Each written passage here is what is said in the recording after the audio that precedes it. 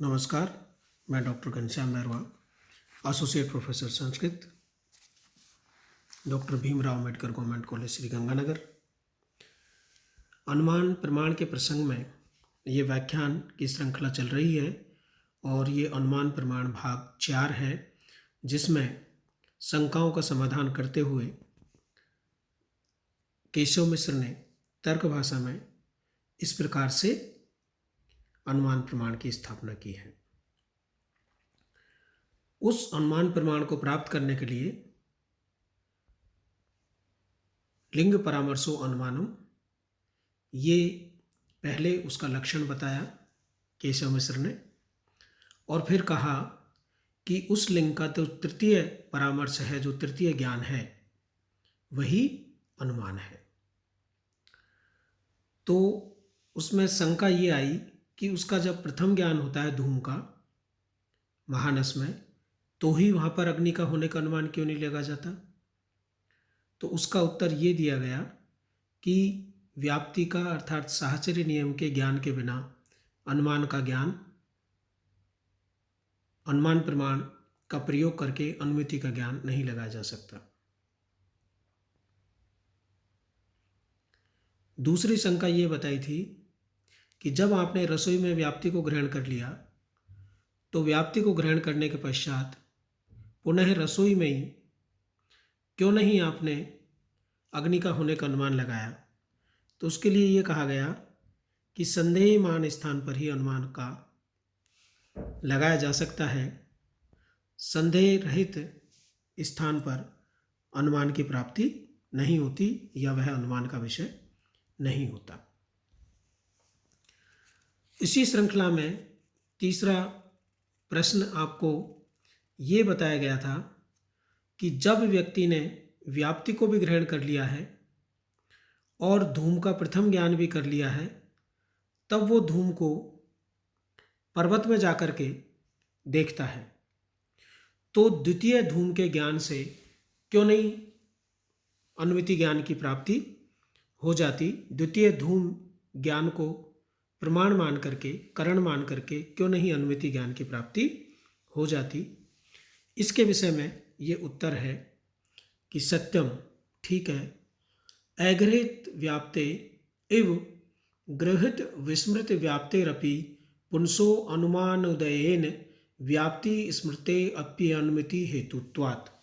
देखिए क्या कारण होता है, ठीक है, परंतु द्वितीय ज्ञान के समय व्याप्ति की स्मृति न होने से, इसका क्रम आप समझने की कोशिश करें। मैं आपको एक बार संक्षेप में बता देता हूँ कि किस प्रकार से अनुमान के आधार पर अनुमिति ज्ञान की प्राप्ति होती है। पहले व्यक्ति रसोई में धूम और अग्नि के साहचर्य को ग्रहण करता है, और जो साहचर्य नियम होता है वो व्याप्ति होती है, और उस व्याप्ति को ग्रहण करके वो वहाँ से चलता है महानस से अर्थात रसोई से, और कभी पर्वत पर जाता है और पर्वत पर जाकर के पुनः धूम को देखता है, और जब वो धूम को देखता है तो उसको महानस में जो धूम व्याप्त थी और उस ध्यान के आधार पर उसने अग्नि के साहचर्य को देखा था, उस व्याप्ति का वो स्मरण करता है। ये एक क्रम है, एक संक्षिप्त सा एक क्रम है कि वो व्याप्ति का जब वो स्मरण करता है, धूम को देखने के पश्चात स्मरण करता है व्याप्ति का, और व्याप्ति का स्मरण करने के पश्चात पुनः उसी पर्वत पर धूम को देख करके वो कहता है कि धूमवान अयम पर्वत है, ये पर्वत धुएं वाला है, इसलिए अग्नि वाला भी होना चाहिए। अग्निमान अयम पर्वत है धूमवत्वात्, धूमवान होने के कारण यह पर्वत अग्नि वाला होना चाहिए, ऐसा वो मानता है।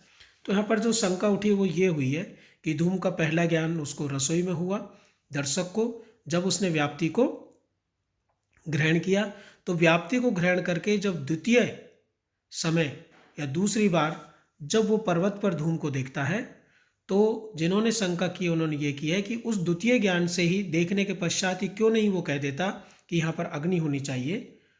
तो ये कहा है कि यदि वो व्याप्ति का स्मरण नहीं करेगा तो क्या होगा कि परंतु द्वितीय ज्ञान के समय व्याप्ति की स्मृति न होने से अग्रहित व्याप्ति पुरुष के समान ग्रहित होने पर भी जिसको व्याप्ति विस्मृत हो गई है, तो ये बात हो जाएगी कि या तो आपने व्याप्ति को ग्रहण किया और आप विस्मृत हो गए, या आपने व्याप्ति को ग्रहण नहीं किया, तो दोनों व्यक्ति वहां पर एक समान है।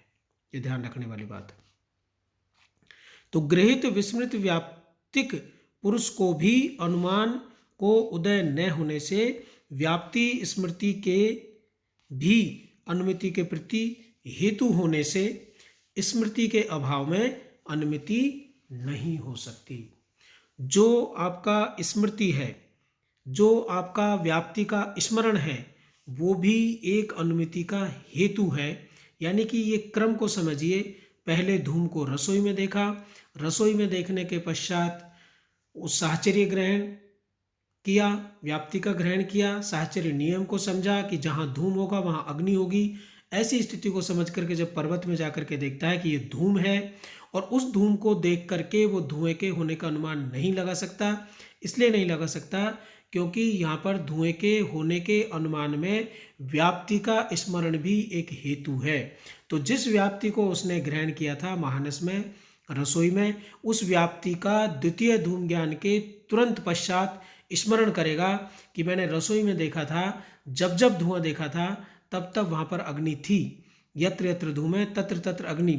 ऐसा नियम मैंने रसोई में देखने के बाद, बार बार देखने के बाद ये ग्रहण किया था। उस नियम का, उस व्याप्ति का, उस साहचर्य का वो स्मरण करेगा, और ये जो स्मरण है वो भी अनुमिति के प्रति एक हेतु है। यदि आप इसको स्मरण नहीं करते हो और धूम के द्वितीय ज्ञान से ही पर्वत में अग्नि होने का अनुमान लगाते हो तो ये उचित नहीं है।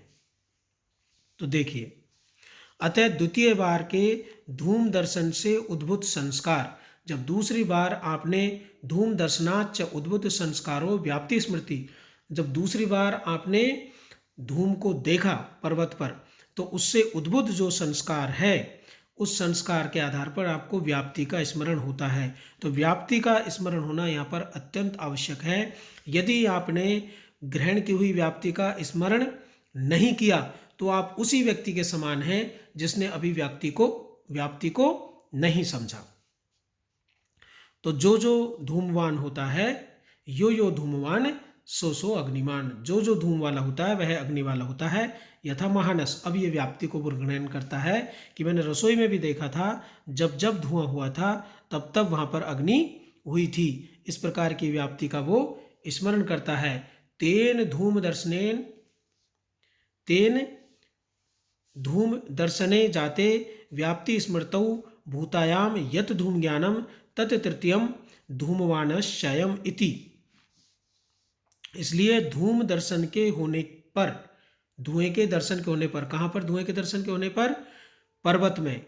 धुएं के दर्शन होने पर, व्याप्ति स्मृत होने पर, और फिर पुनः व्याप्ति का स्मरण हुआ। पहले तो धुएं का दर्शन किया, धूम दर्शने जाते, धूम का दर्शन हो जाने पर व्याप्ति स्मृतो, व्याप्ति का स्मरण हो जाने पर भूतायाम यत धूम ज्ञानम तत् तृतीयम, तो पुनः जो धूम का ज्ञान होगा, हो जाने पर पुनः जो धूम का ज्ञान होगा वह तृतीय ज्ञान है।